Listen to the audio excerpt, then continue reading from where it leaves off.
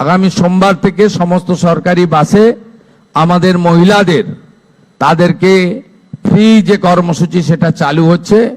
এই সুযোগ WBTC, SBSTC, এনবিএসটিসিতে পাবেন।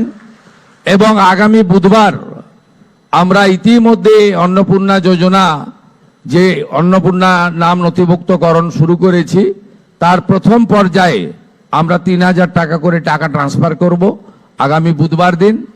আপনারা কেউ বিচলিত হবেন না। প্রত্যেকের বাড়িতে যারা ফর্ম ফিল আপ করতে পারবেন না তাদের প্রত্যেকের বাড়িতে আমাদের পক্ষ থেকে লোকেরা যাবে। আমাদের লোকেরা গিয়ে আপনাদের ফর্ম ফিল আপ করে আনবে। এতটুকু বিচলিত হবেন না, বিভ্রান্ত হবেন না, গুজবে কান দেবেন না। কারণ আমরা চাই প্রকৃত প্রাপকদের হাতে এই অর্থ পৌঁছাক। আমরা চাই না কোনো অভারতীয়র অ্যাকাউন্টে এই টাকা যাক। আমরা চাই না যে পুরুষদের অ্যাকাউন্টে মহিলাদের এই কর্মসূচির টাকা যাক।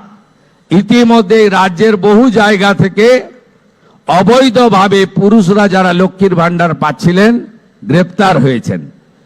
আপনাদের সরকারের অর্থ, এই সরকার স্বচ্ছতার সঙ্গে কাজ করবে, এই সরকার ফাইন্যান্সিয়াল ডিসিপ্লিন মেনে কাজ করবে।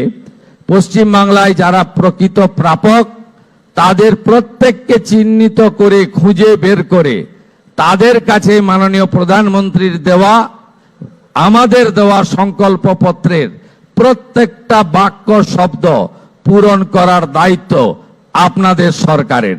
আপনাদের সকলকে অভিনন্দন জানিয়ে আমাদের রাজ্যসভার সাংসদ বলেছেন, এতদিন ধরে দলের সরকার চলতো। আমাদের সংবিধান কিন্তু দলের সরকারের কথা বলে যায়নি। সংবিধান বলে গেছে for the people, by the people, of the people. আমাদের সরকার এবার থেকে আপনাদের for the people, by the people, of the people নীতিতেই চলবে।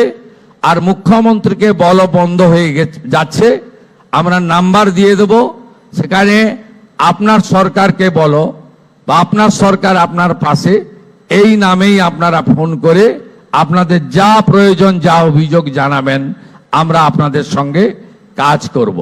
আগামী 22 তারিখ আমাদের রাজ্য বাজেট হবে।